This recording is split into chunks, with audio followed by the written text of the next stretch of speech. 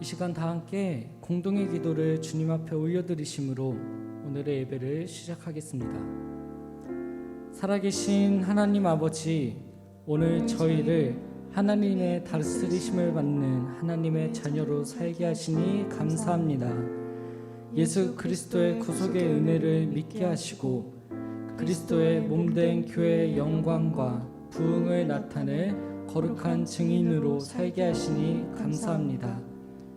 이 시간 거룩하신 주님께서 저희의 예배 가운데 임재하여 주옵소서. 저희의 믿음과 감사의 찬양을 받으시고 권능의 말씀으로 저희 심령을 새롭게 하옵소서.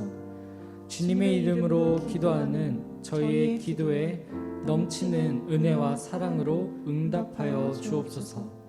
앞서가시는 주님만 따르는 구별된 삶을 살 수 있도록 성령의 강력한 역사로 우리 삶을 주장하여 주옵소서. 우리 주 예수 그리스도의 이름으로 기도합니다. 아멘.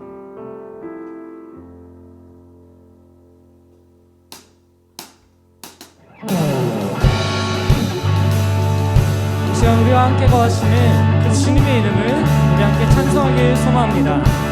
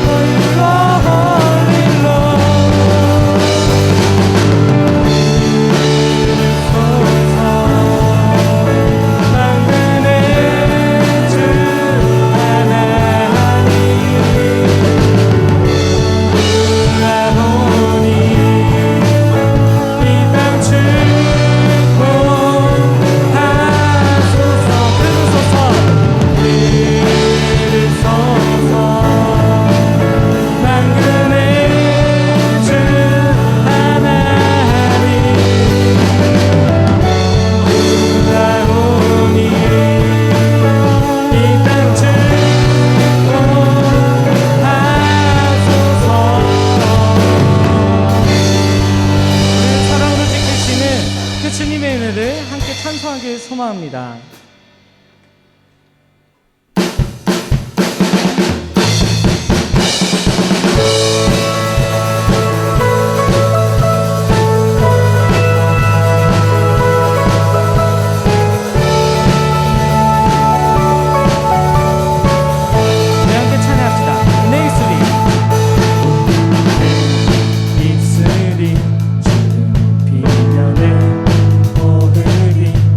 주를 섬기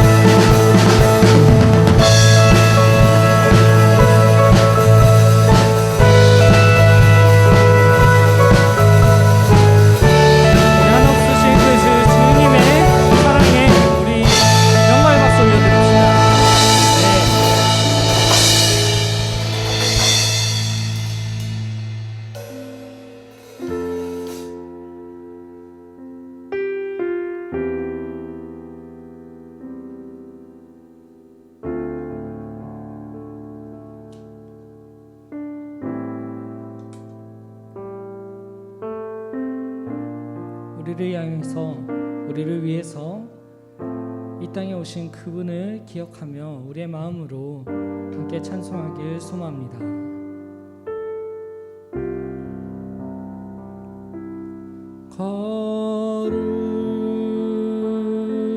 거룩하신 하나님 주께 감사드리세. 날 위해 이 땅에 오신 독생자 예수, 나의 마음과 뜻 다해 주를 사랑합니다. 날 위해 이 땅에 오신 독생자 예수, 내가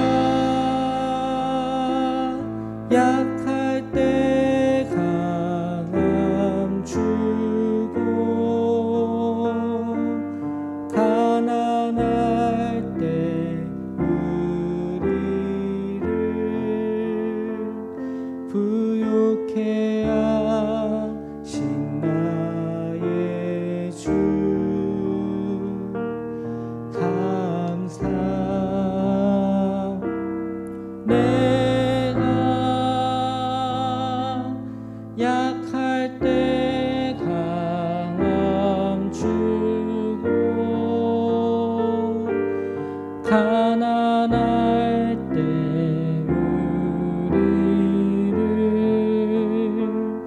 부욕해 하신 나의 주 감사 감사.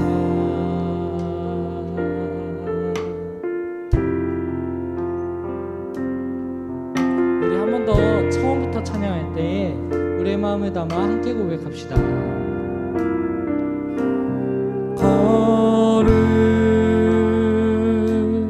거룩하신 하나님 주께 감사드리세. 날 위해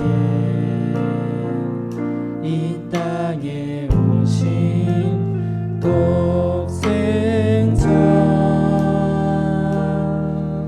예수 나의 마음과 뜻 다해 주를 사랑합니다. 날 위해 이 땅에 오신 독생자 예수 내가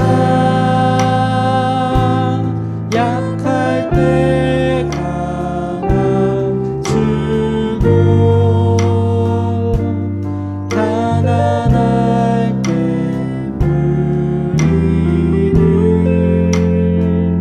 부욕해 하신 나의 주 감사. 내가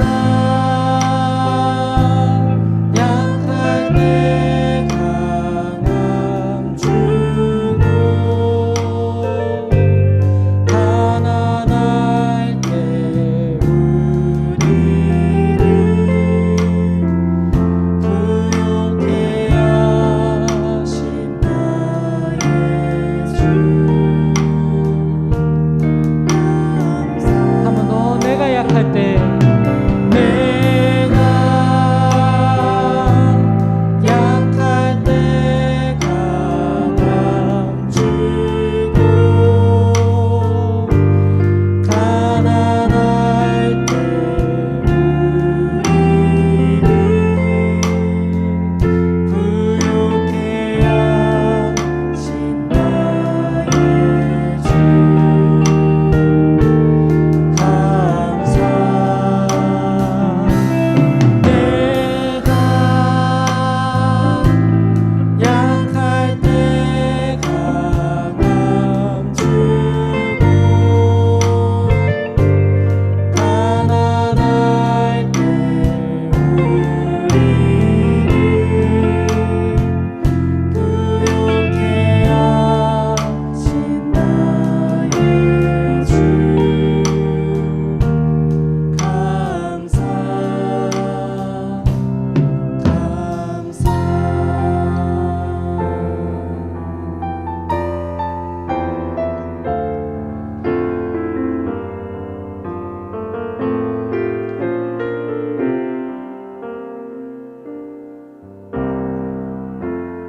예수 흠도 죄도 없는 당신이 깊이 감춰둔 내 죄로 인하여 하나님의 어린 양 속죄의 제물 되어 저주받은 나무에 달리셨네.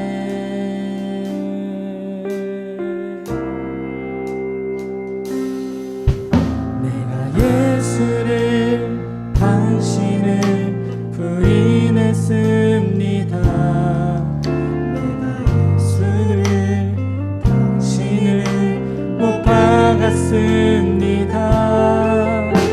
당신이 행하신 일 모든 약속을 약속을 다 잊고 십자가에 예수를 매달았네. 내가 예수를 당신을 부인했습니다. 내가 예수를 당신을 못 박았습니다. 나의 모든 죄를 지고 아버지께 인도하시는 내가 예수를 못 박았습니다. 우리 1절의 가사로 한 번 더 고백합시다. 예수 예수 흠도 죄도 없는 당신이 깊이 감춰둔 내 죄로 인하여 하나님의 어린 양 속죄의 제물 되어 저주받은 나무에 달리셨네. 내가 예수를 당신을 부인했습니다. 내가 예수를 당신을 못 박았습니다. 당신이 행하신 일 모든 약속을 다 잊고 십자가에 예수를 매달았네.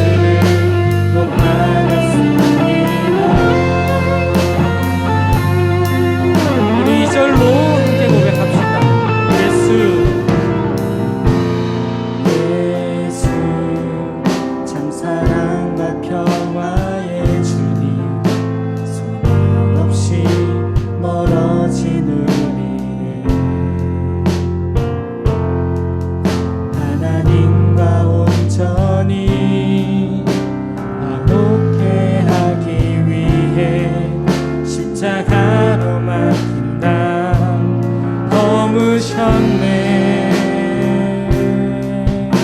내가 예수를 부인했습니다. 내가 예수를 당신을 부인했습니다. 내가 예수를 당신을 못 박았습니다. 당신이 모든 약속을 다 잊고 십자가에 예수를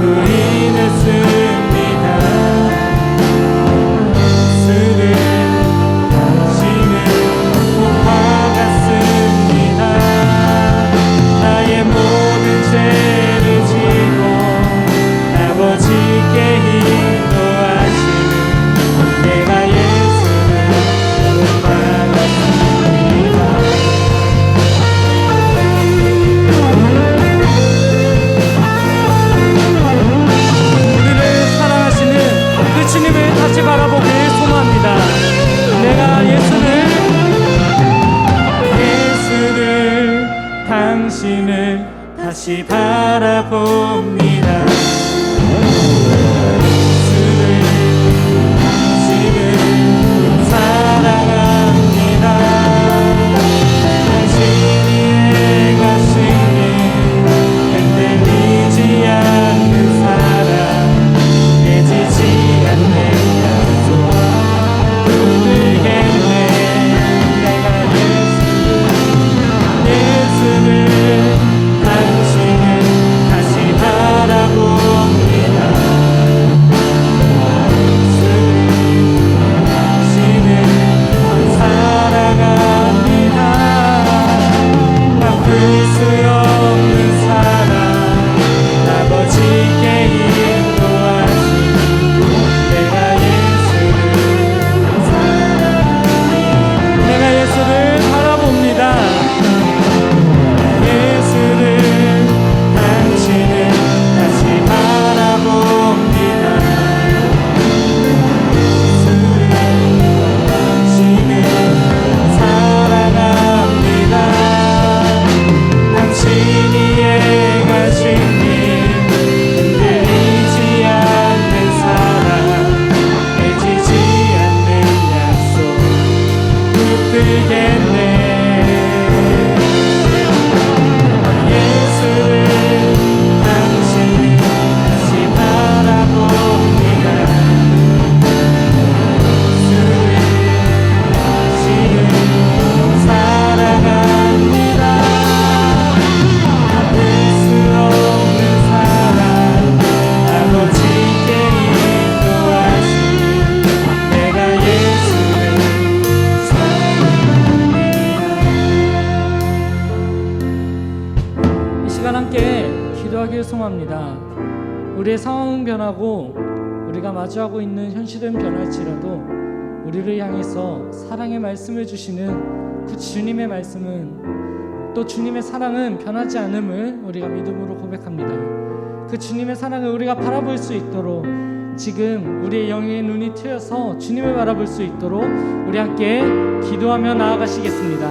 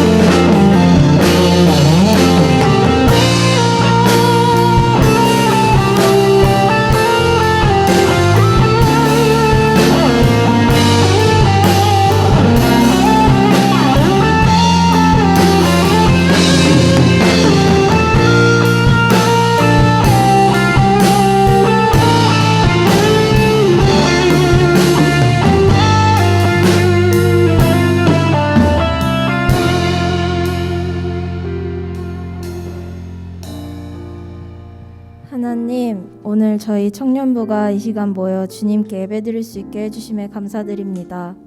주님께 예배드리는 이 시간과 자리를 잊지 않고 나온 청년들을 축복해 주셔서 한 주간을 살아갈 때 주님께서 힘과 지혜를 더해 주세요. 또한 청년부를 위해 기도해 주시고 헌신해 주시는 장로님과 목사님과도 함께 해 주셔서 청년부를 섬기는 것에 있어 어려움이 없도록 성령님 함께 해 주세요. 지난주 토요일과 주일 이틀에 걸쳐 청년부 온오프라인 수련회를 진행하였습니다. 짧은 기간 동안 수련회를 열심히 준비해준 청년들을 기억해 주시고, 저희가 수련회를 준비하고 무사히 끝마칠 수 있었던 것은 모두 주님이 허락해 주신 은혜임을 잊지 않고 겸손히 신앙생활을 이어나가길 원합니다. 오늘 드려지는 예배에 저희가 온전히 주님께만 집중하여 오늘 주시는 말씀에 귀 기울일 수 있도록 해주세요. 말씀 전해주시는 구교준 목사님과 말씀 듣고 돌아가는 청년부 모두에게 은혜 내려주셔서 한 주도 말씀으로 살아가는 청년부가 되길 소망합니다. 감사합니다. 사랑합니다. 이 모든 말씀 예수님의 이름으로 기도드렸습니다. 아멘.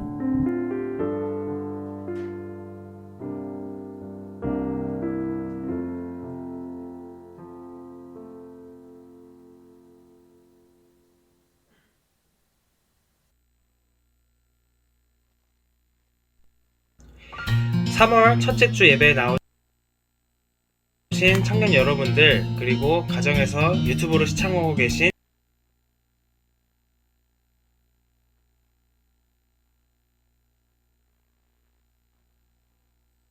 청년분들, 3월 첫째 주 예배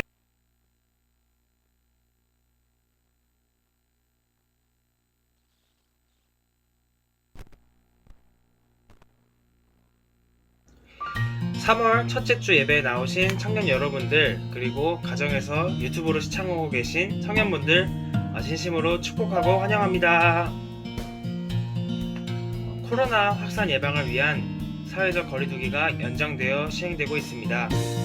다음 주일까지도 대면 예배는 예배 좌석의 20%까지 드릴 수 있습니다. 우리 청년부 예배가 드려지는 소예배실은 총 50명까지 참석이 가능하니 청년분들을 꼭 예배당에서 만날 수 있었으면 좋겠습니다. 항상 건강 조심하시고 어려움 속에서도 주님을 의지하며 승리하는 청년부가 되길 소망합니다. 다음 주 청년 예배 후에 3월 생일 축하가 있겠습니다. 3월에 생일이신 분들은 참석하셔서 서로 축하하고 청년부에서 준비한 작은 생일 선물도 받아가시면 좋겠습니다. 4월 3일까지 사순절 기간입니다. 우리를 사랑하신 예수님을 따르는 마음으로 우리도 항상 섬기며 살아가는 예수님의 제자들이 되길 소망합니다. 모두 건강한 모습으로 함께 예배드려요.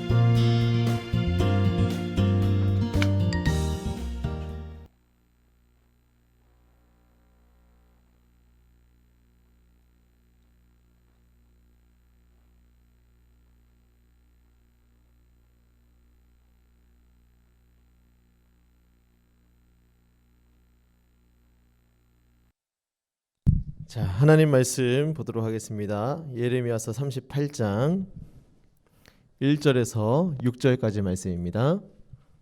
네, EQ 좀 잡아주세요.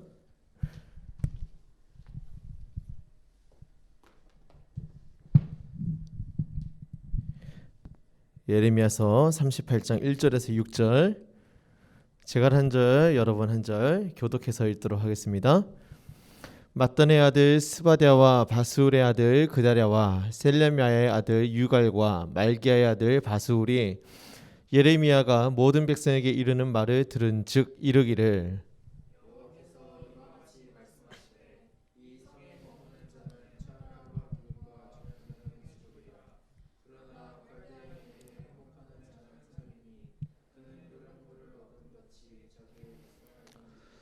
여호와께서 이와 같이 말씀하시니라. 이 성이 반드시 바벨론의 왕의 군대의 손에 넘어가리니 그가 차지하리라 하셨다 하는지라.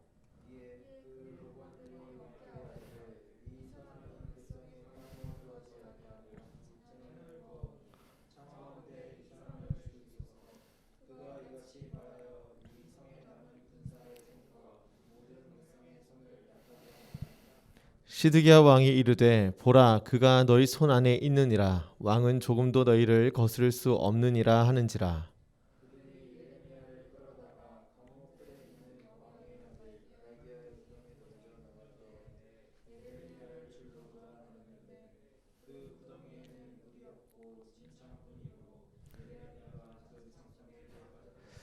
아멘. 자, 이상의 말씀으로 고난을 택한 예레미야라는 제목으로 하나님 말씀 전하겠습니다. 새끼 개구리 한 마리가 있었어요. 이 새끼 개구리 한 마리가 트럭 바퀴로, 아주 큰 트럭의 바퀴로 만들어진 길에 웅덩이에 빠지고 말았어요. 물이 고여 있었고 그 웅덩이에 빠졌는데 좀처럼 나오지를 못하는 거예요. 아빠 개구리도 엄마 개구리도 그 근처에 있었는데 이런저런 방법을 가르쳐줘도 이 새끼 개구리가 빠져나오질 못해요. 속수무책이에요. 그런데 좀 있다 보니까 또 다른 트럭이 전속력으로 저기서 오는 거예요. 굉장한 속력으로 이 새끼 개구리가 빠져있는 이 웅덩이 이 지점을 향해서 빠른 속력으로 오는 거예요. 아빠 개구리 엄마 개구리는 어떻게 했을까요? 네? 달려가서 구했다. 또 내비뒀다. 또 네, 아주 본능적으로 도망을 갔겠죠. 네, 본능적으로 도망갔어요. 나 살아야 되겠으니까. 트럭이 그 지점을 정확하게 지나가 버렸어요. 아빠 엄마 개구리는 살았는데 이제 그래도 본능적으로 아비의 어미의 마음을 가지고 뒤를 돌아보지 않았겠습니까? 누구 확인하려고? 새끼 개구리. 예. 아들이 아니고 모르겠어요. 아들인지 딸인지. 새끼 개구리 멀쩡한가 싶어가지고 확인하려고 찾아봤는데 그 웅덩이 속에 새끼 개구리가 없는 거예요. 어떻게 된 일일까요? 아무리 찾아봐도 어떻게 죽었겠지 싶었는데 그 새끼 개구리의 사체는 없는 거예요. 네, 너무 가혹한 상상은 하지 마세요. 바퀴에 짓눌려가지고 뭐 그랬다 뭐 이런 상상하지 마시고 없어가지고 이거 어떻게 된 거지 싶어가지고 슬퍼하고 있는데 어디선가 깨걸 깨걸 소리가 들리는 거예요. 뭐 아빠 엄마 이런 소리였겠죠. 네, 여러분들 좀 잠에서 깨시라고 아주 유아틱하게 오늘 말씀을 시작을 하는데 새끼 개구리가 그 웅덩이에서 뛰쳐나와가지고 엄마 개구리 아빠 개구리보다 더 멀리 도망가 있었다는 거예요. 이게 어떤 일이었냐? 트럭 이렇게 새로 막 질주해서 찾아오는 이 트럭이 분명히 이 새끼 개구리의 생명을 앗아갈 만한 충분한 고난의 순간이고 아주 생명 앗아가는 악조건임에 분명한데 그런 악조건이 이 새끼 개구리로 하여금 그 웅덩이에서 빠져나올 도약해서 빠져나올 수 있는 계기가 되었다는 거예요. 사람도 사실 되게 엄청난 위기와 고난에 내몰리게 되면 순간 초인적인 힘이 막 발휘될 때가 있잖아요. 그죠? 오랜만에 진영해 보는데 바닷일 하는 건 초인적인 힘이 필요하죠. 아니요? 네, 제목 물어봤네요. 네, 어떤 고난 그냥 가만히 있으면 그냥 되는 거예요? 그렇진 않죠, 그죠?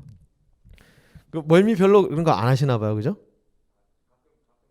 너무 저는 사실 배 타는 거 굉장히 멀미도 많이 하고 뭐 다람쥐 통 타는 것도 굉장히 저는 멀미하는 스타일이어가지고 오래 배 타는 거 정말 힘든데 이건 내가 살아서 나가야 되겠다. 막 전쟁을 치르는 도중에 내가 배 타고 나가야지만 살 수 있다 싶으면 제가 배를 탈까 안 탈까요? 배를 타겠죠. 할 수 없는 일을 하게 되는 그런 일들이 사실 인간 세계에도 또 어쩌면 동물 세계에도 있는 것 같아요. 그 노르웨이 나라의 전승에 따르면 이런 뭐 간단한 예화가 있어요.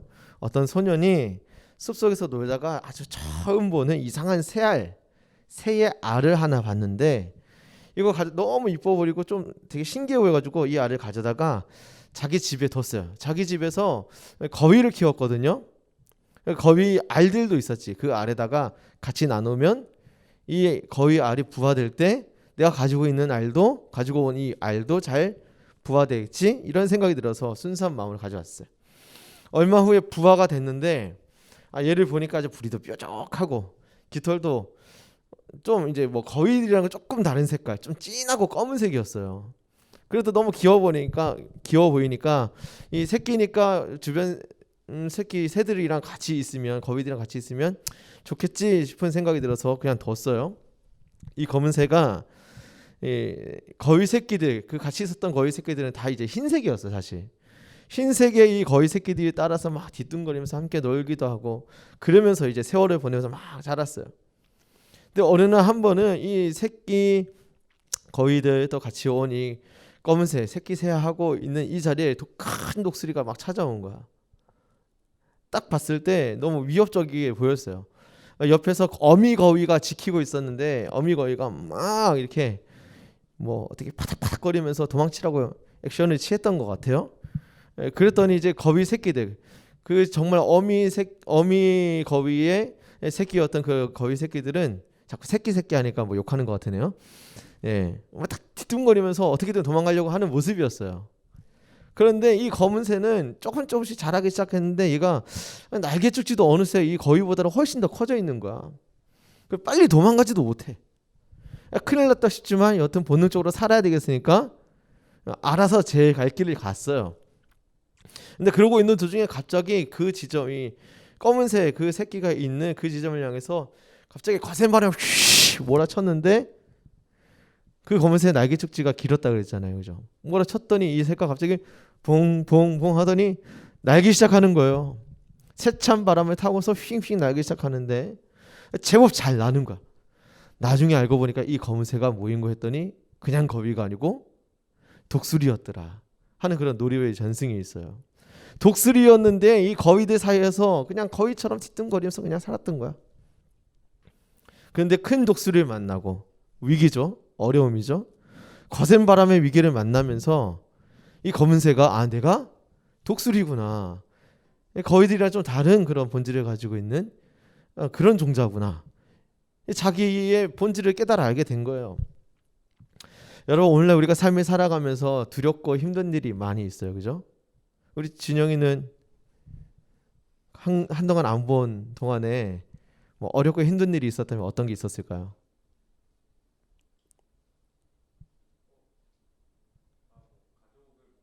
가족을 못 본 게 두려웠어요. 가족이 날 버렸을까 봐. 내가 연락을 안 하니까 가족도 나한테 연락을 안 해. 야. 어느 순간 계좌에 돈도 안 들어와. 아, 그랬어요? 아, 그래서 가족이 날 버리면 안 되는데. 아직 나 장가도 안 갔는데. 그래요. 여하튼 우리 인생에 원치 않는 그런 두렵고 힘든 일, 그런 고난의 일들이 온단 말이에요. 그런데 이러한 제가 알려드린 그 두 가지 예화만 들어봐도 어쩌면은 이 고난의 의미를 우리가 깊이 그 본질적인 의미를 좀 생각을 해볼 때 이 고난의 자리가 내가 누구인지 나 자신을 제대로 밝히 알 수 있는 그런 좋은 자리가 될 수도 있다는 거예요. 아, 내가 이런 능력도 가지고 있었던 사람이었네. 내 본질은 내가 거위가 아니고 독수리였네. 나 자신을 제대로 발견할 수 있는 특별히 인생들을 향해서는 모든 인생들 가운데 하나님 고난의 때를 주시거든요. 믿는 자든 믿지 않는 자든. 믿지 않는 자들에게 고난의 때를 주신다는 것은 하나님 관점으로 봤을 때 하나님을 깨달을 수 있도록 주시는 고난일 것 같아요. 그리고 믿는 자들에게 고난을 주시는 이유는 크게 두 가지일 것 같아요. 믿음이 성장토록 내지는 사명을 통해서 십자가 길인 거죠. 그 일을 통해서 그 고난 가운데서 그 인생 통해서 뭔가를 하나님께서 이루시고자 하는 뜻이 있다 하는 그런 부분이죠. 여하튼 하나님 계획하신 거룩한 자리가 바로 고난의 자리일 수가 있다. 오늘 본문에서 예레미야가 처한 고난의 자리가 있었어요. 그게 뭐냐면 오늘 개역 성경에서 봤을 때는 진창 이렇게 표현이 되어 있는데 세번역으로 보면은 아주 이해하기가 쉬워요. 진흙 구덩이였어요. 뭐라고요? 진흙 구덩이. 발음을 잘 하셔야 돼요. 진흙 구덩이예요. 구더기 아니고 진흙 구덩이. 여러분 되게 사람들은 진흙하면 뭐가 떠오를까요? 더러워요? 진흙하면 더러워. 또 예지야, 진흙하면 뭐가 떠오르지?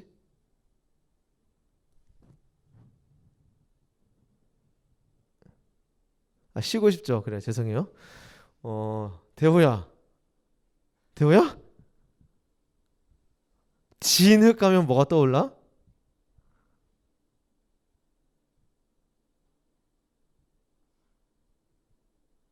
아, 진흙 하면은 도자기. 그래, 알겠어요. 도자기 막 이런 거 떠오르죠?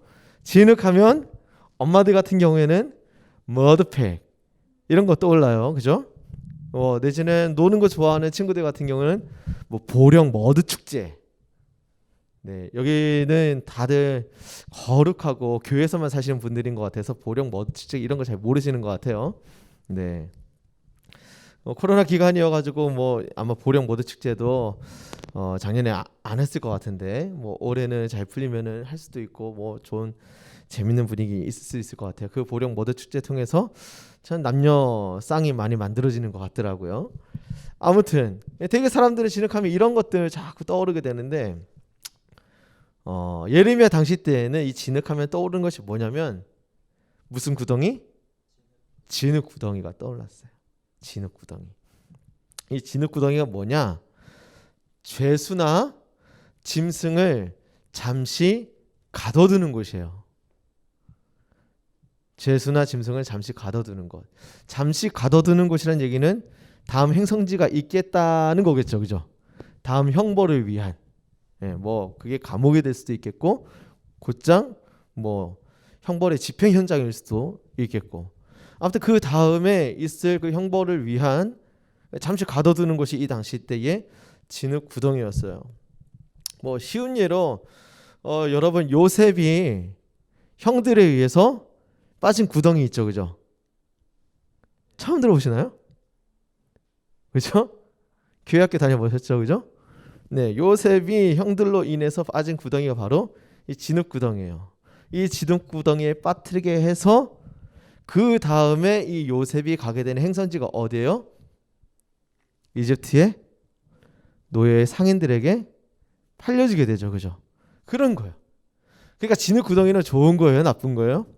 나쁜 거예요. 인생의 앞날에 있어서 굉장히 불행하고 부정적인. 근데 생각해봐요. 예레미야 그러면 하나님의 선지자고 주의 말씀에 대언하던 그런 거룩한 하나님의 사람인데 예레미야가 무슨 죄라도 지었단 말인가? 이런 생각을 한번 해볼 필요가 있어요. 이 답을 알려면 당시의 상황이 어떤 상황이었는지 우리가 좀 알아야 되는데 성경 보면서 여러분들 해석하기 어려우니까 그래서 목사가 필요한 거 아니겠습니까? 그죠? 말씀을 드릴게요. 당시 이스라엘 왕국, 북왕국 이스라엘, 남유다, 그죠? 남원국 남유다. 이미 북이스라엘 같은 경우에는 아시리아, 뭐 우리 개역 성경에는 아수르라고 나라 이름이 기록이 되어 있는데 그 아시리아로 인해서 이미 망했어요. 북이스라엘은 민족들이 흩어지고 잡혀가고 나라가 그냥 없어졌습니다. 그리고 마지막 남은 이제 남유다가 있는데 오늘 본문의 배경은 남유다 마지막 왕이었던 시드기야 왕이 집행하고 그 왕권을 가지고 있었던 그런 시기였어요. 마지막 왕이자 그 나라의 고관들이 꼭두각시 노래를 그 역할을 할 수밖에 없었던 왕이 바로 시드기야였어요. 힘이 없었다는 거예요. 휘하에 신하들이 있는데 신하들이 뭐 워낙에 시드기야가 똑똑하지 못해서였는지 뭐 권세가 배경이 뭐 든든치 못해서였는지 여하튼 그 함께하고 있는 고관 본인을 위해서 도와야 될 그 고관들 눈치만 보면서 있었던 꼭두각시 왕이 바로 당시의 시드기야 왕이었어요. 그리고 남유다의 어떤 삶의 풍경들을 보면 하나님을 예배하는 그런 모습들이 있었지만 저번에 수련회 때 말씀드렸던 것처럼 우상 숭배 문화가 엄청 팽배했단 말이에요. 하나님도 예배하고 우상도 예배, 성미교. 그리고 삶의 문화 자체는 우상의 문화. 쾌락과 술 취함과 방탕함과 그리고 외부 이방 나라의 문화들을 무분별하게 유입해서 그 땅 가운데 이렇게 놓은 하나님의 나라, 하나님의 문화에 대해서는 깡그리 잊어버리고 살아간. 오늘 우리 삶도 때때로 그럴 때가 많이 있죠. 교회에서는 되게 신실하고 거룩하게 콧물 다 찔찔 흘려가면서 수련회 때 그렇게 기도하고 은혜 많이 받은 것 같지만 다음날 곧장 돼서 피곤하니까 잠이나 자자. 내 지금 밀렸던 숙제나 하자. 하나님의 생각, 하나님의 뜻을 구하는 그런 하루의 시작을 별로 생각하지 못하고 우리는 하루하루 살아갈 때가 솔직하게 많이 있죠. 그죠? 사실 주님은 굉장히 슬퍼하실 모습이에요.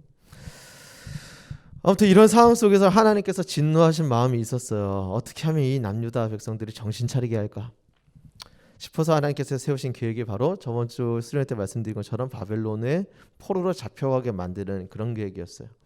그 당시 집권자가 이제 바벨론 느부갓네살 왕이 집권하고 있었을 때였는데 그 왕권을 통해서 바벨론에게 포로로 잡혀가게 하는 그런 계획을 세우십니다.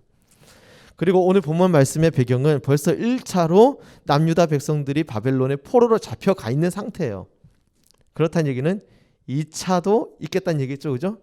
2차로 포로로 잡혀가기 바로 직전의 그런 상태인데 1차로 포로로 잡혀가서 이 남유다 사람들이 이제 이제 큰일 났다, 이거 어떡하냐, 살 길을 찾아야 되겠는데 고관들도 막 머리를 써봅니다. 이쯤 됐으면은 사실 하나님 보시기에 가장 나이스한 모습은 눈물 콧물 흘리면서 회개하며 하나님의 은혜를 구하고 도와주세요, 당신은 이렇게 안 살게요 하면은 하나님이 어떻게 뜻을 돌리셨을지 몰라요. 그런데 안타깝게도 바빌론의 1차로 포로를 잡혀가고 또 바빌론에게 잘 보이려고 적당히 우리 너무 고생시키지 말고 적당히 데려가 주세요 싶은 마음으로 조공도 바쳐요.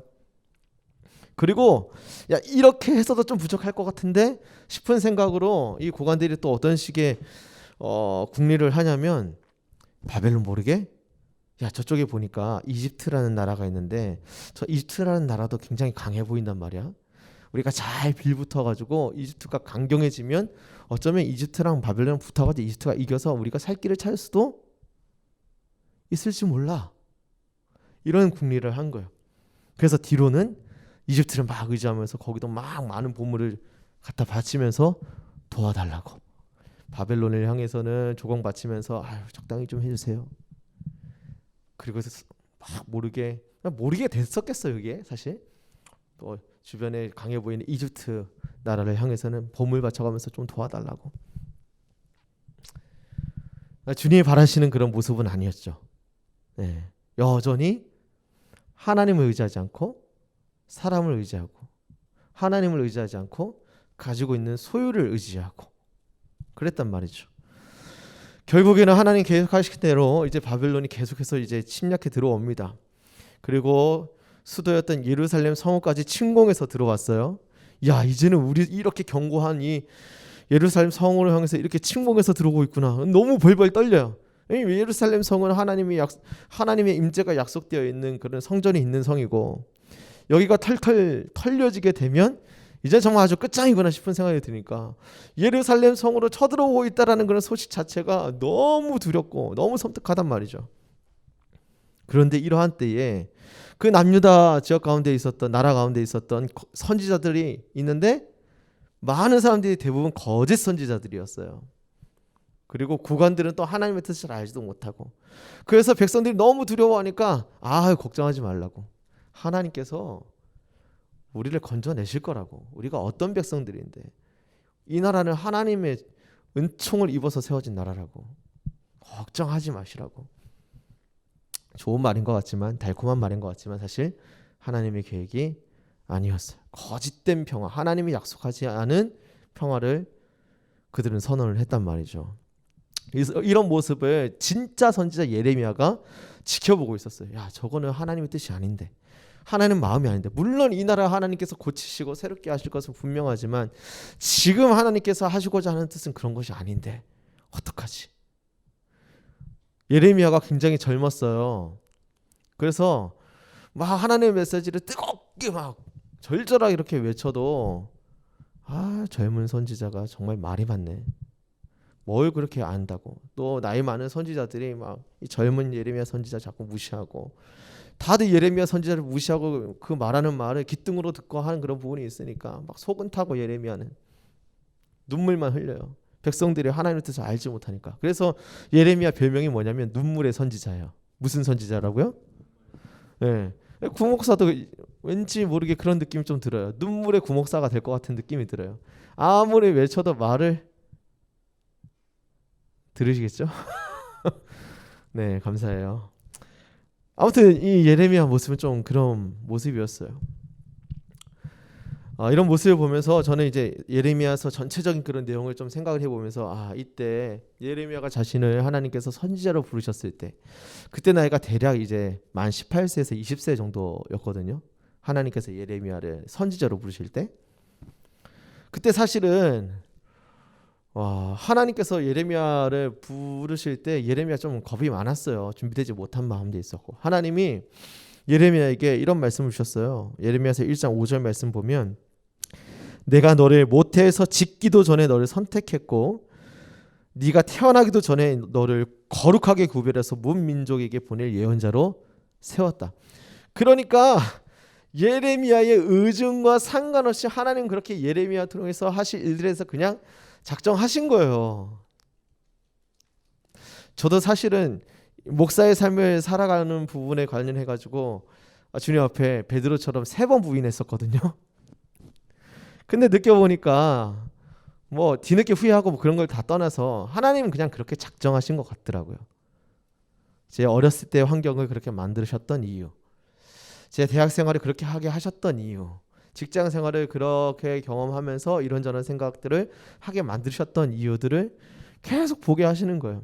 그냥 하나님이 작정을 하셨구나 나라는 사람을. 예레미야도 그런 생각을 했어요. 예레미야는 또 엄청 젊었고 또 어린 마음이 좀 있었기 때문에 하나님께서 내가 너를 모태 지음 받기 전에 너 태어나기도 못해서 짓기도 전에 너 선택했고 태어나기도 전에 내가 너를 거룩하게 구별해서 예언자로 쓰려고 내가 작정했어. 예레미야가 겁나가지고 하나님 아니죠. 저는 말도 잘할 줄 몰라요. 제가 지금 나이가 18개, 20개밖에 안 돼요. 제가 지금 이게 나와가지고 막 얘기해봐야 막 나이 있고 되게 권위 있어 보이는 선지자들도 많고 한데 제가 하나님 그렇게 말씀하시는 그 말씀 내가 어떻게 얘기합니까? 또 잘 지혜롭게 말할지도 몰라요. 저는 지금 너무 어린 거 맞잖아요. 이건 막 뗐었어요. 그럼 우리 하나님 어떻게 하실까요? 그러냐? 그럼 내가 너 나이 좀 들면 그리고 네 마음 좀 준비되면 그때 다시 찾아올게. 그때 되면 너 오케이 해줘야 돼.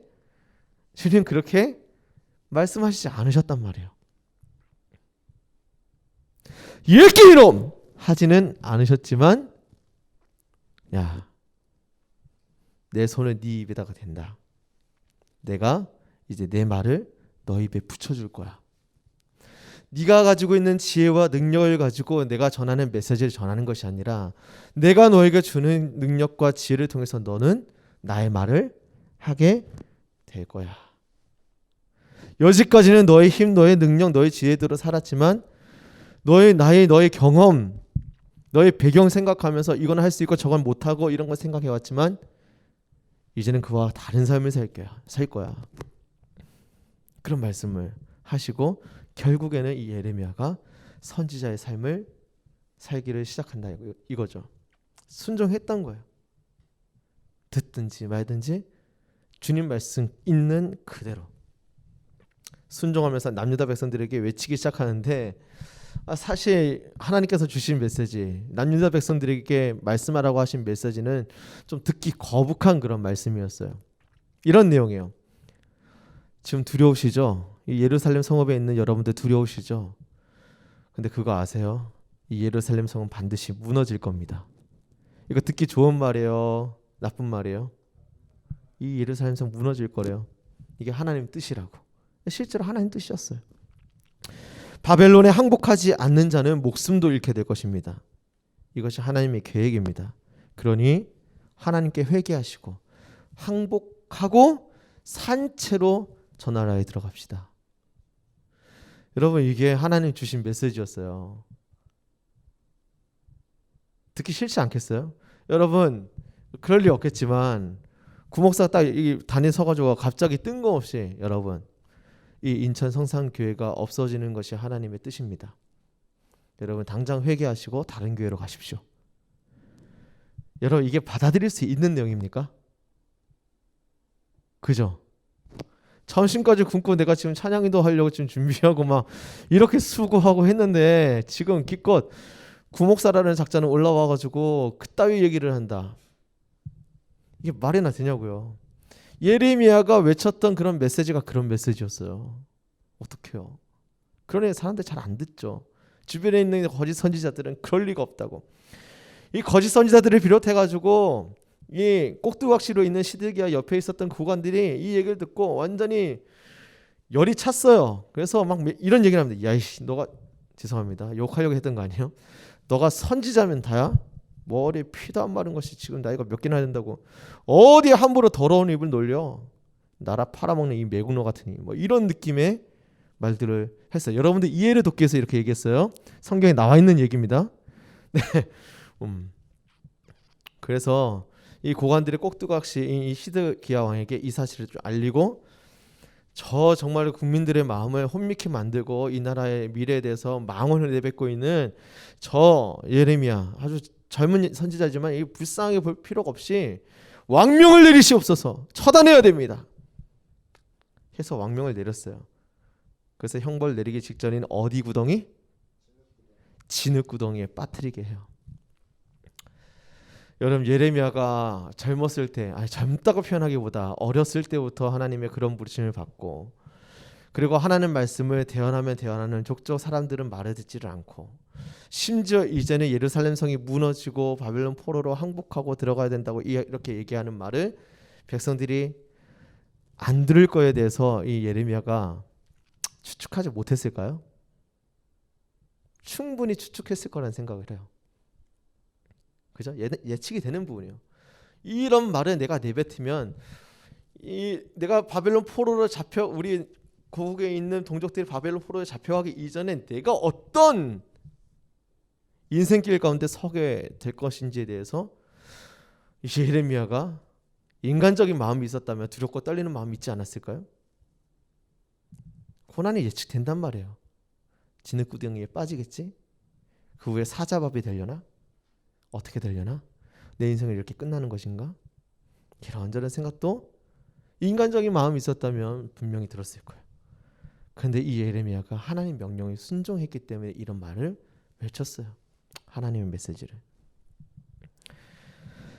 여러분 사도행전 제가 이거 안 넘겼네. 사도행전 14장의 내용을 보면 바울과 바나바가 이방 땅 이고니온 지역에 가서 이방 사람들에게도 구원의 문이 열렸다 하고 담대하게 선포를 합니다.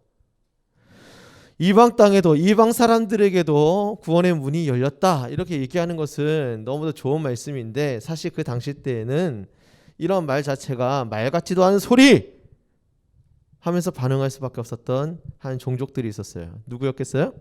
유대인들. 아직 예수 믿지 않은 개종하지 않은 유대인들. 그래서 사도 바울 주변에 있는 사람들은 항상 양극으로 갈렸던 것 같아요.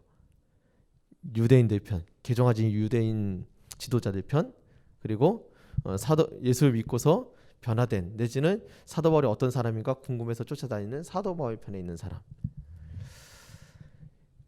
개종하지 않은 이 유대인들이 아주 지구 끝까지 찾아와서 저 이상한 말 내뱉고 있는 사도 바울을 죽여버릴까 이런 마음으로 안디옥과 이고니온 지역에서 자신들 마음에 합한 사람들 다 끌어모아가지고 군중들을 설득해서 지금 얘기를 들어보니까 또 사도 바울이 저 루스드라라는 그 성에 가가지고 복음 전하고 있대. 뭐 이방인들에게도 예수 믿으면 구원을 받고 주님 죽으신 이유가 저들 위해서라고 막 이런 얘기들을 한대. 우리 찾아가서 저 이상한 말하고 있는 저 사도 바울 처단하자.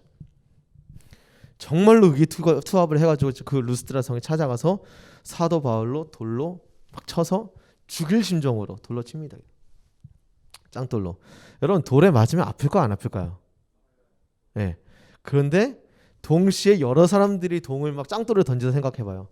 죽을까요 안 죽을까요? 충분히 죽고도 남아요. 상황을 보니까 사도 바울이 이제 돌에 맞아가지고 꼼짝도 못한단 말이죠. 죽은 줄 알았어요. 해가지고 이 사도 바울이 죽은 줄 아는 이 사도 바울 이거 뭐 묻어주기도 아주 더러워 싶어서 상 밖으로 내다 던져버렸어요. 이렇게 길에서 죽게 만들려고. 그리고서 죽은 줄 알고 이제 유대 사람들 자신들의 소개의 성과를 다 이루었기 때문에 갈 길을 갑니다. 본인들의 동네로 돌아갔죠. 근데 저는 좀 상상을 해봤어요. 그런 상황 속에서 사도 바울이 그 유대 사람들이 주변에 없는 걸 알고 일어서는 거예요. 주님이 뭐 어떻게 호위하셨는지 그 생명이 어떻게 붙어 있게 된 건지 뭐 주님의 은혜였겠죠. 그리고 유대 사람들이 없으니까 제자들이 이제 막 우리 사도 바울 스승님 어떡하나 싶어가지고 제자들이 둘러섰단 말이죠. 섰는데 이제 다시 일어서는 거예요. 그 정도 맞았으면은 좀 뭐 치료도 받고 좀 쉬기도 해야 되는데 다시 성 안으로 들어가요. 뭐 하려고? 복음 전하려고. 예수로 인한 구원의 소식을 전하려고 또 다시 성 안으로 들어가는 거예요. 이게 상식 밖의 얘기죠, 그죠? 예, 우리는 제가 인천 지역에 일어났었던 전도에 관련된 여러 가지 일화들을 제가 대학생 때 많이 경험을 했기 때문에 좀 알고 있거든요. 인천 지역 여기 동인천 일대가 정말 전도 많이 하는 동네였어요. 제가 알고 있기로는 2000년대 초반 한 뭐 2005, 6년대까지만 해도 정말 전도 많이 했어요. 동인천 앞에서도 저기 뭐 자유공원에서도 어디에서도 정말 노방 전도든 뭐든 길가 전도든 전도 엄청 많이 했거든요. 근데 제 경험치로 얘기를 말씀을 드리면 어느 순간 한 2007년인가 2008년 정도 되니까 사회적인 분위기가 뭐냐면 뭐 지하철에서 전도하는 거에 대해서 이제 언론에서 막 까기 시작하고 그리고 노방에서 전도하는 거에 대해서 막 교회를 막 안 좋게 얘기하기 시작하는 그런 일들이 생겨나면서 동네에 있는 사람들이 그 전도 그 복음을 접하고 교회에 대한 소식을 접하고 있는 동네 사람들이 교회 저렇게 좀 일자 무식한 사람들이 나오는 그런 동네야? 이런 반응들이 있었어요. 그때 이후로 전도도 눈치 보면서 이제 노방전도 안 하게 되기 시작하고 유소년 축구단 통해서 전도했던 그 일들도 안 하기 시작하고 그랬거든요. 제가 기억하고 있는 이런 기억의 흐름을 같이 가지고 계신 분이 혹시 있을지 모르겠습니다. 아마도 우리 장로님 우리 교회에서 신앙생활 하신 지 얼마나 되셨죠? 오래되셨죠. 한참 그렇게 뜨겁게 하셨던 때가 있었죠. 그죠? 근데 어느 순간 노방에서 전도하면 안 될 것 같은 그런 기운을 경험하셨죠. 그죠? 그래서 실제로 전도를 안 했어요. 실제로 교회 유소년단, 유소년 축구단 다 없애버렸어요. 그냥. 우리 교회는 그 유소년 축구단이 있었나요? 네. 진짜로. 저는 그 광경을 보면서 굉장히 속상했거든요. 그때쯤이 이제 그 일을 보고 또 제가 직장 생활을 시작하게 된 그런 즈음이었는데, 제가 그런 광경을 볼 때마다 이 사도 바울이 성에서 거반 죽을 뻔했다가 다시 성 안에 들어서 복음 전하려고 했었던 그 모습이랑 굉장히 좀 이미지가 크로스가 되고 좀 상반되는 이미지죠. 좀 마음이 아픈 그런 게 있습니다. 성 안으로 들어가서 복음을 전하고 이튿날에는 더베라는 성으로 들어가서 복음을 전해서 수많은 제자를 얻었다 하고 성경이 기록하고 있어요. 분명 그 복음 전하면 안 되고 예수 믿고 있는 티 내면 안 되는 그런 상황, 티 내면 거반 죽고 교회 욕먹고 할 만한 그런 상황인데 사도 바울은 눈치도 없어요. 들어가서 했더니, 근데 놀라운 것은 박해가 당연히 있었겠죠. 근데 성경은 기록하기를 그 더베성에 더 많은 제자들을 얻었대요. 그리고 또 이 사도 바울이 되돌아간 곳이 있는데 거기가 어디냐? 루스드라, 이고니온, 안디옥. 자, 루스드라, 이고니온, 안디옥, 어떤 지역입니까? 사도 바울을 돌로 쳐 죽이려고 작정하고 있었던 유대인들이 살고 있었던 지역이에요. 그 지역 사람들을 다 모아가지고 이 루스드라 성으로 찾아왔거든요. 복음 전하고 있었던 루스드라 들어가서 그 돌로 쳐맞았던 루스드라 들어간 거예요.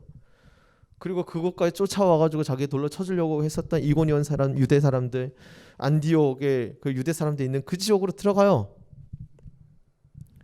야, 이거 겁나는 일 아닙니까? 사실은 인간적으로 볼 때. 근데 바울은 그런 마음도 있는 거예요. 내가 이렇게 돌에 맞아가지고 거반 죽을 뻔했는데 이런 상황들에 대해서 루스드라 성에 있는 예수 믿는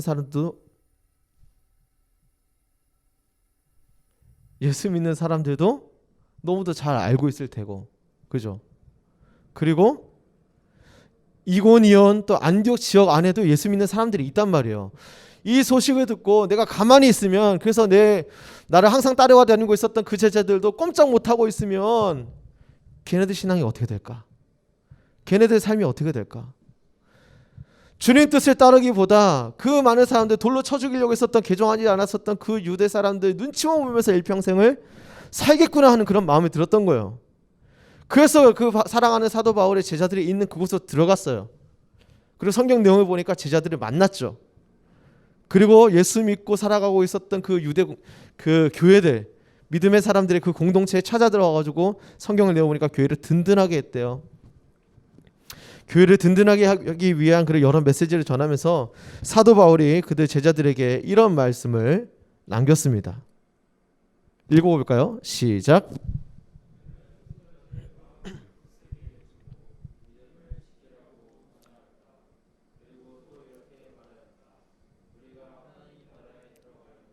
반드시 많은 환난을 겪어야 합니다. 마음을 굳세게 해줬다는 얘기는, 마음이, 오늘 담임 목사님 대예배 때 설교하셨던 것처럼 마음이 정함이 없었던 그런 갈팡질팡한 그런 제자들의 마음이 있었는데 사도 바울이 찾아가서 그들의 마음을 굳게 할 수 있도록 도와줬다는 얘기예요. 그리고 너네도 어떤 순간이 있어도 믿음 끝까지 지켜야 돼. 그리고 내가 환난 당하고 고난 겪는 거 보면서 너희도 두려웠지. 그러나 우리 모두가 하나님 나라 들어가려면 이 환난을 반드시 겪어야 해. 누차 말씀드리지만 여러분, 예수 잘 믿는다고 해서 고난이 없는 거 아니에요. 오히려 더 예수 잘 믿으면 믿을수록 그 믿음 때문에 겪는 고난이 사실 현실적으로 더 많습니다. 이걸 여러분 받아들이고 준비할 수 있어야 돼요. 제가 왜 우리 청년들 앞에서 사역할 때마다 이 말씀들을 하냐? 여러분 나중에 이제 직장을 가지게 되고 세상으로 들어가게 되면 그 고난의 크기 여러분 준비되지 않으면 확 경험하게 된단 말이에요. 그 순간 내가 언제 예수님 믿었나 싶을 정도로 믿음을 내려놓고 교회 가기를 포기하고 하나님과 상관없이 사는 사람들이 너무 많거든요. 여러분 예수 그리스도 그분을 따르는 그리스도인은 오늘 우리 찬양 인도하면서 우리 같이 불렀었던 찬양 콘티의 내용처럼 우리 예수님 나를 살리시기 위하셔서 십자가 그 순환의 길을 걸으시고 기꺼이 하나님께서 예정하신 그 십자가의 죽으심과 다시 살아나심 순종함으로 감당하신 그 예수님의 모습처럼 하나님께서 말씀하신 그 자리라면 예레미야가 하나님의 명령을 따라서 가라 명하신 그 선지자의 그 자리 불편한 자리예요. 욕먹을 자리예요. 어려운 자리란 말이죠. 그런데 나의 살리신 주님의 그 은혜에 너무도 감사하고 하나님 영광을 위해서 살겠다고 다짐했다면 그 굳건한 믿음의 다짐을 가지고 불편한 고난의 자리를 자처하는 사람이 바로 그리스도인이란 말이에요. 어떤 사람들은 지금도 그럴 거예요.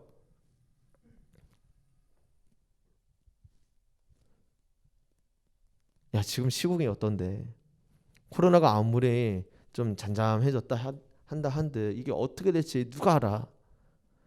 그런데 교회 사람들은 뭐 되면 뭐 몇 프로 풀어졌다고 하니까 아주 신나가지고 열심히 모이대. 저 어리석은 사람들 어떻게 될 줄 알고. 여러분 그런 부분들에 대해서 그 칼날 같은 세상의 시선에 대해서 여러분들이 종노릇하시면 안 됩니다. 예. 물론 그들의 메시지에 대해서 저들의 마음의 상태에 대해서는 좀 이해할 필요가 있죠. 저들이 왜 두려워하는지, 왜 저런 말을 내뱉고 있는지, 그 근본 원인에 대해서는 여러분들 신앙인이라면 왜 그런지 아실 거라 생각을 해요. 그거에 대해서 지금 녹화를 하고 있기 때문에 제가 공개적으로 말하진 않겠습니다. 누구에게 너무 이제 비수가 될 만한 메시지일 수 있어서.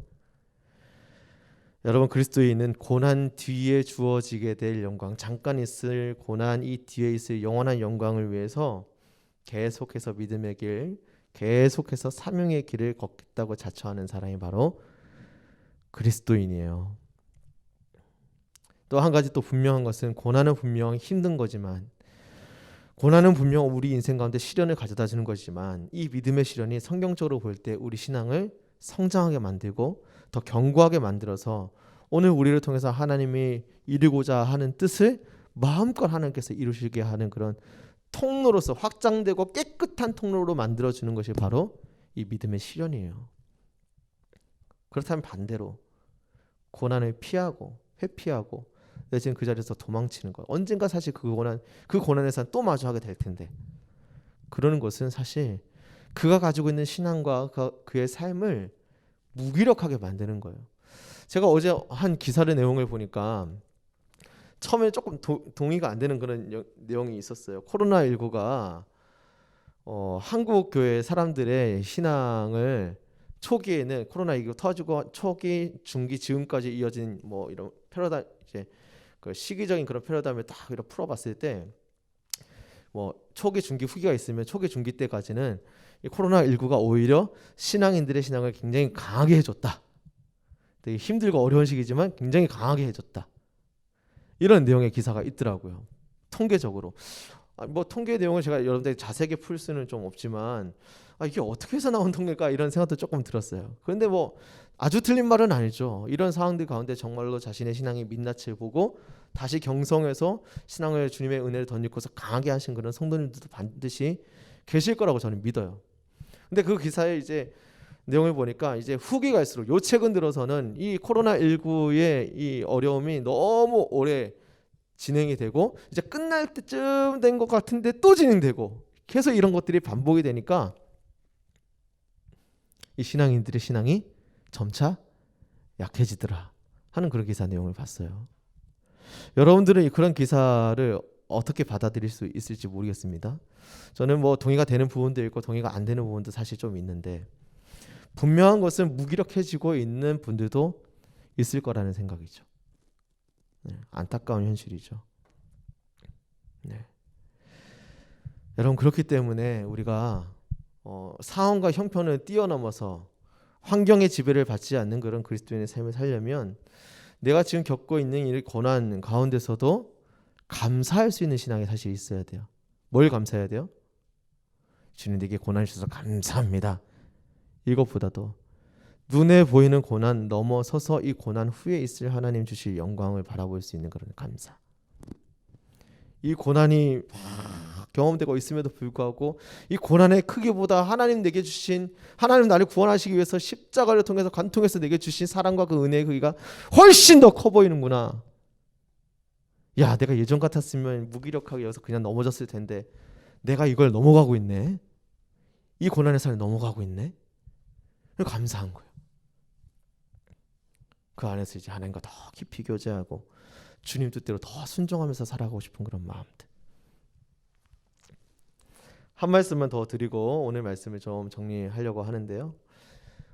일제 강점기에 여러분 뭐 잘 아실 거예요. 주기철 목사님. 이름은 들어보신 적 있으시죠? 주기철 목사님. 신사참배, 이 우상숭배 문제를 온몸으로 거절하셨던 그런 목사님이세요. 이 주기철 목사님께서 열심히 이 신사참배를 반대하려고 했을 때 주위에 있었던 많은 목사님들이 막 뜯어 말렸대요.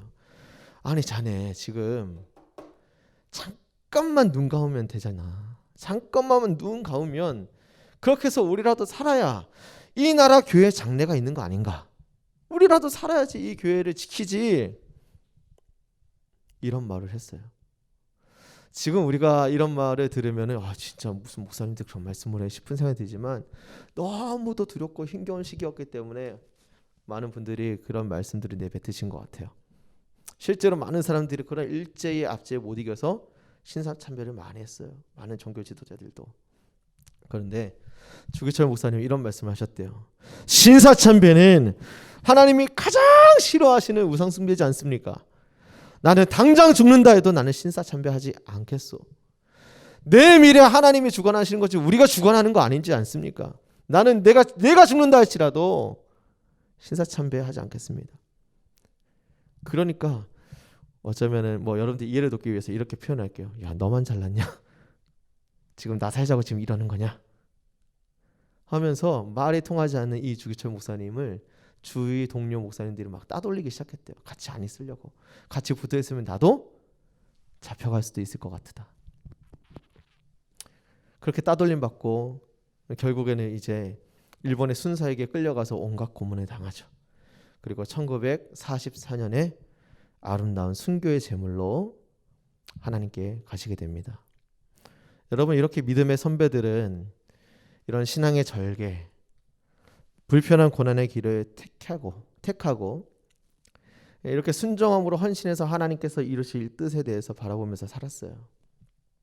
내가 할 수 있는 일 이 정도지 내가 이건 하겠어 이렇게 하지 않고 이것이 우리나라 가운데 내 삶 가운데 주신 현실, 하나님 주신 현실이라면 이 고난 내가 감당해서 나는 알지 못하지만 나의 순종함을 통해서 하나님께서 이루실 일이 있다면 난 그 길을 택하겠다. 이런 믿음의 선배들이 있어서 사실 오늘날 이 땅 가운데 교회가 있는 거예요. 오늘 우리들이 예수 믿고 살고 있는 거죠. 예. 이게 하나님 나라 확장법이에요. 고난을 뚫고서 그리스도의 복음이 전파되는. 여러분 그렇다면 이 교회의 미래, 내지 우리 삶의 미래, 내 자녀의 미래, 여러분들도 결혼하시고 가정 이루시는 분들도 계실 거 아니겠어요, 그죠? 내가 우리 부모님으로 인해서 또 지금 세워져 있는 이 교회로 인해서 내가 예수님 만나서 구원받은 하나님 백성 되었다면 나도 지켜야 될 사명이 있지 않을까요? 여러분 우리가 코로나 기간 가운데 특별히 여러분 청년 정도 됐으면 교회의 미래 정도도 생각해 볼 수 있어야 돼요. 내 미래뿐만 아니라 내 가정의 미래, 이 땅의 교회의 미래까지도 생각해 볼 수 있어야 된단 말이에요. 그렇게 우리 한 사람 한 사람을 통해서 믿음의 유산이 잘 지켜져야 주님께서 이 교회를 통해서 하나님 나라를 더 확장시켜 나가시지 않겠습니까? 여러분들 진실로 예수님 믿는 분들이라면 진실로 내 삶 통해서 예수님의 뜻이 이루어지길 간절히 바라는 그런 마음이 있는 분이라면 이 생각 반드시 있어야 돼요.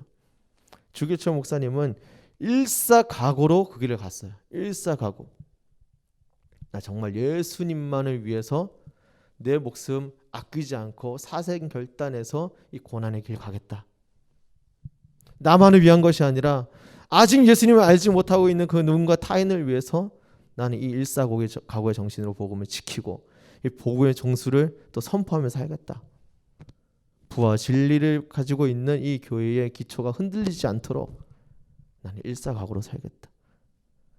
죽음을 불사하고서 이 길을 가겠다는 거예요. 예레미야가 그랬고요. 사도 바울이 그랬고 추기철 목사님이 그랬고 사실 우리 예수님이 그러셨죠. 여러분들은 진흙구덩이에 빠질 수 있을까요? 저와 여러분들은 진흙구덩이에 빠질 각오가 되어 계십니까? 여러분, 분명한 것은 십자가의 길은 영광의 길이지만 이 땅의 현실적인 부분에서는 피 흘림의 길이에요. 고난의 길, 불편한 길이라는 거죠. 근데 오늘 하나님은 이 예레미야, 사도 바울, 주기철 목사님처럼 고난이 있을 것을 알았음에도 불구하고 믿음으로 순종함으로 예수님 걸어가신 그 십자가의 길을 걸어갈 그 한 사람을 찾으시는 거죠. 배 타고 있을 때도 내가 감당해야 될 십자가의 길은 어딘가, 내가 그냥 가정 가운데 있을 때에도 내가 걸어가야 할 십자가의 길은 어딘가. 분명한 사실은 그 길을 발견하고 그 길대로 따라가기로 순종의 결단을 내린 그 한 사람을 통해서 하나님은 이 땅 가운데 교회와 나라와 지역과 세계 열방 가운데 하나님의 크신 뜻을 성취해 나가신다는 거죠. 그 하나님의 마음을 정말로 여러분들 알아들이고자 하는 그런 마음이 있다면 우리가 불편하더라도 그 길을 걸어가야 하지 않을까요? 불편하더라도 믿음 흔들리고 있는 그네들을 향해서 도움의 손길을 내밀어야 되지 않을까요? 네. 오늘도 어김없이 제가 이 단위에 서기 전에 유튜브로 몇 명이 동시 시청을 하고 있는지 제가 확인을 했어요. 몇 명이라고 얘기하지 않겠지만 여러분, 손을 내미셔야 돼요. 손을 내미시겠습니까? 먼저 내 주변에 있는 형제들, 자매들의 믿음의 걸음을 위해서 판단할 건 필요 없죠. 너 그렇게 살면 안 돼. 이렇게 할 것이 아니고 좀 삶도 알아주고 마음도 알아주고 우리 같이 신앙생활하자. 기도 제목도 물어봐주고 할 수만 있으면은 들려서 같이 손잡고 나올 수 있고 하는 그런 여러분들의 이 사순절 기간 동안에 하는 좀 그런 종류의 동기부여가 좀 있었으면 좋을 것 같아요. 이러한 때에 하나님 우리 교회가 어떤 모습으로 예배하고 주님 섬기기 원하실까? 코로나19라는 이 팬데믹 시대에 우리가 어떠한 모습으로 하나님을 섬기며 또 믿는 자들과의 삶 가운데 어떤 교제가 있기를 우리 주님 원하실까? 그것을 순종하며 나아가면 누군가는 손가락질 할 거예요. 네가 뭘 한다고 그래? 이럴 수도 있어요. 너나 잘해? 이럴 수도 있겠죠. 불편한 관계고 불편한 상황이 연출될 수도 있어요. 그러나 여러분 기도하시고 하나님께서 주시는 그 마음이 있으면 순종하십시오. 그러면 여러분들 인생을 통해서 하나님이 행하실 내가 알지 못하는 크고 비밀한 일이 반드시 눈앞에 보여지게 될 것이라고 믿습니다. 아멘. 고난을 택할 각오, 진흙구덩이에 빠지게 될 것이 충분히 짐작되더라도 나는 그냥 택하겠다. 불편하더라도 일사각오로 이 믿음의 길, 이 사명의 길을 걷기로 작정하실 수 있는 그런 하나님 사람들 다 되시길 주님의 이름으로 간절히 소망합니다. 기도하겠습니다. 좋으신 아버지 하나님, 감사드립니다. 오늘도 허락하신 말씀을 통하여서 우리가 어떤 삶을 살아야 될지, 우리 주님의 마음을 헤아려 알면서 어떤 길을 걸어가야 될지 다시 한번 돌아볼 수 있도록 인도하시니 감사드립니다. 우리 한 사람 한 사람을 살리시기 위하여서 저 천국에서 주님 나라에서 영원토록 주님과 사랑의 교제를 나누는 그 한 가지 꿈, 그 한 가지 하나님의 비전을 위해서 우리 위해서 죽고 다시 사신 예수님, 그 은혜와 그 사랑이 너무도 고마워. 이제 우리가 주어진 이 삶의 길을 주의 영광 위해서 살고자 합니다. 하나님 지혜를 주시고 능력 주시고 담대한 아버지 하나님, 이 믿음의 길을 걸어갈 수 있도록 주님 도와주시옵소서. 바라기는 예레미야처럼, 사도 바울처럼, 주기철 목사님처럼 우리가 이 믿음의 길, 이 고난의 길에 대해서 선택할 때 주어지게 될 그 진흙구덩이가 눈앞에 보여줄 것이 뻔하게 느껴져도 그럼에도 불구하고 불편하더라도 일사각오로 주님 명하시는 이 사명의 길을 감당할 수 있는 그런 주님의 제자들 다 되기를 간절히 소망합니다. 나는 말할 줄 모른다고, 나는 무엇을 할 줄 모른다고 말하기 이전에 주의 마음을 알고자 하는 그런 예배자의 마음이 우리 가운데 있게 하여 주시고, 주님께서 내 삶을 통해서 행하시고자 하는 뜻이 있다면 하나님, 내가 그 자리 가운데 있겠습니다. 나를 통해서 하나님의 일을 이루시고 가정과 교회와 사회를 변화시켜 주옵소서 하는 그 마음으로 매일의 삶을 주님과 동행하는 그런 주님의 제자들 다 되도록 우리 주님 축복하여 주시옵소서. 우리 주 예수 그리스도의 이름으로 기도합니다. 아멘.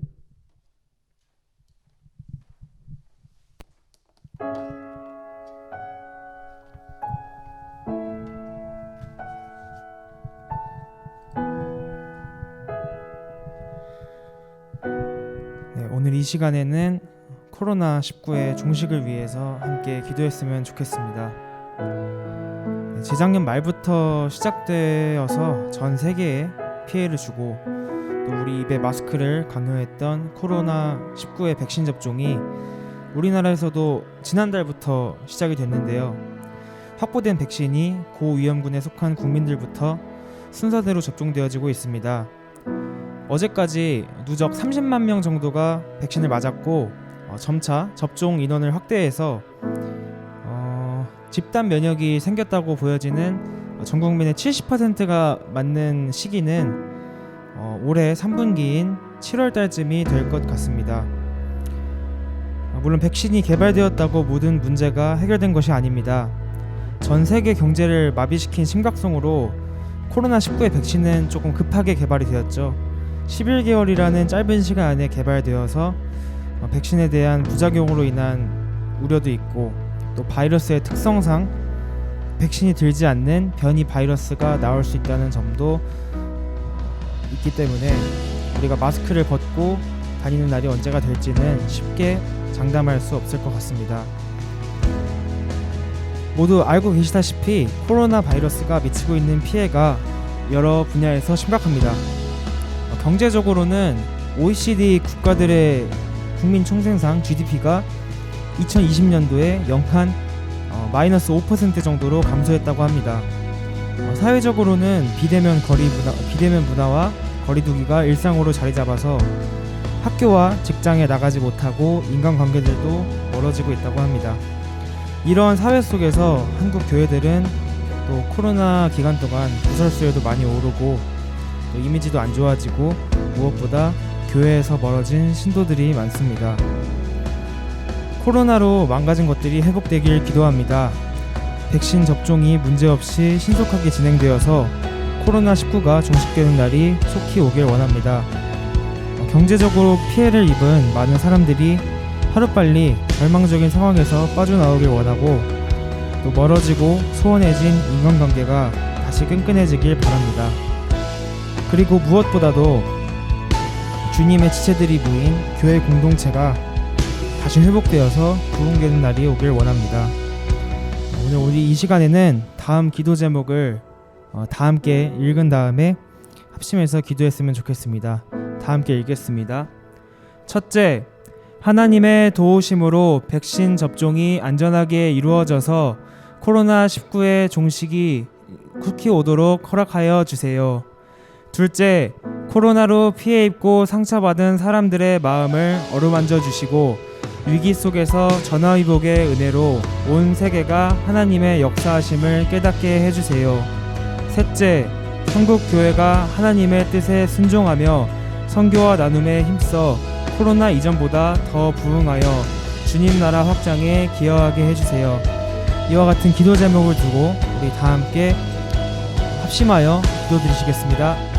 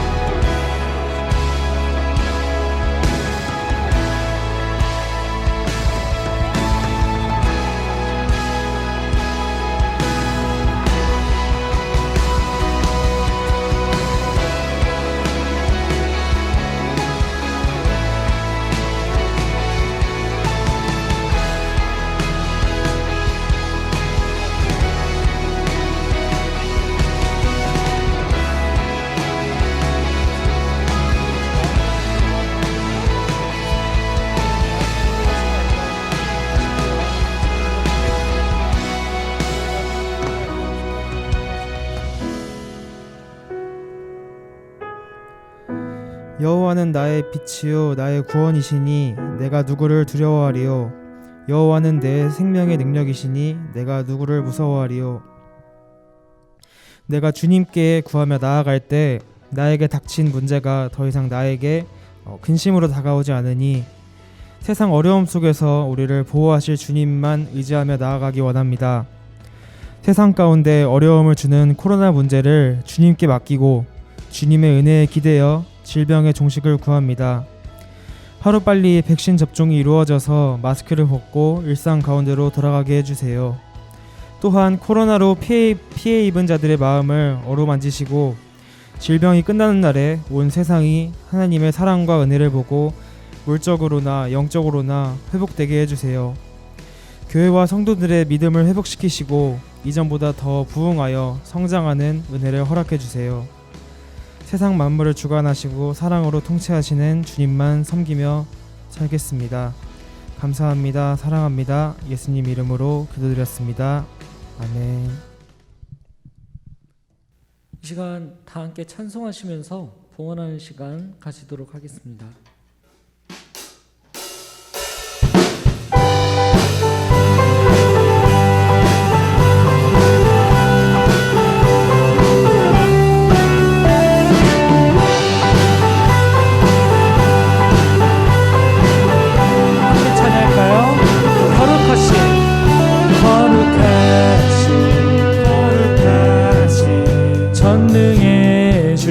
전능의 주 찬양받기 합당한 주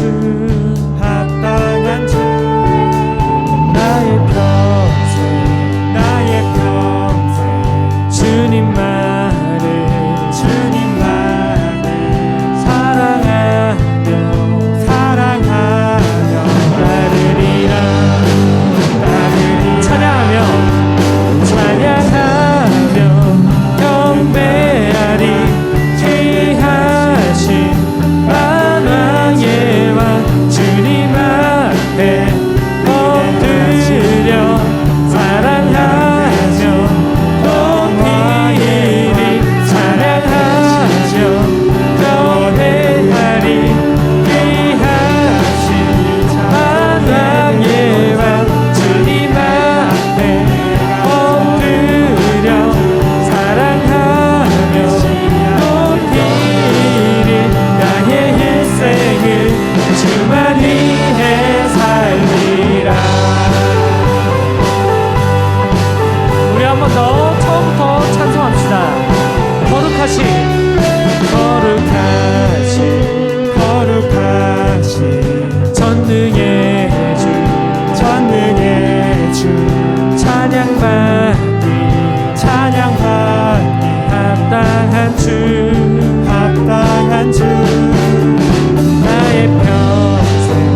나의 평생 주님만을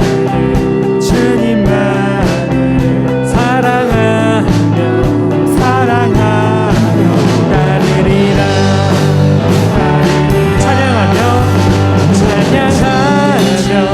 경배하리 귀하신 만왕의 왕 주님 앞에 엎드려 사랑하며 높이리 찬양하며 경배하리 귀하신 만왕의 왕 주님 앞에 엎드려 사랑하며 높이리 나의 일생을 주만 위해 살리라. 우리 함께 찬양합시다. 모든 주의 주 모든 왕의 왕 전능하신 분 만물의 주인 마누엘 위대하신 분 어린 양 대신 영화의 왕 살아계신 주 구원의 등에 영원히 다스릴 창조의 근원자 나의 알판 고백한 처음과 나중 나의 구원 메시아 친구 되신 분 나의 일생을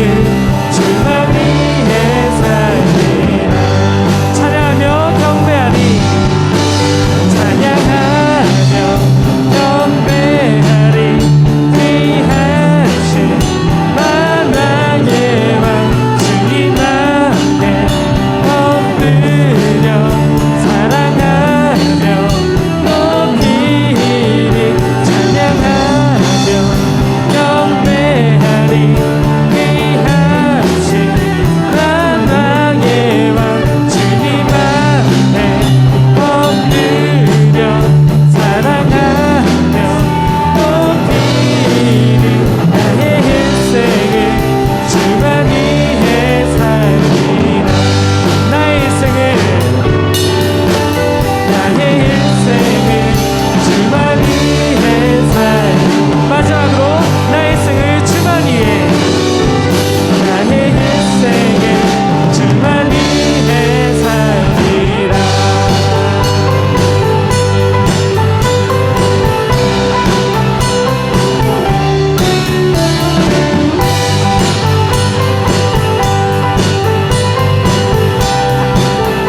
우리 주님께 영광의 박수 올려드립니다.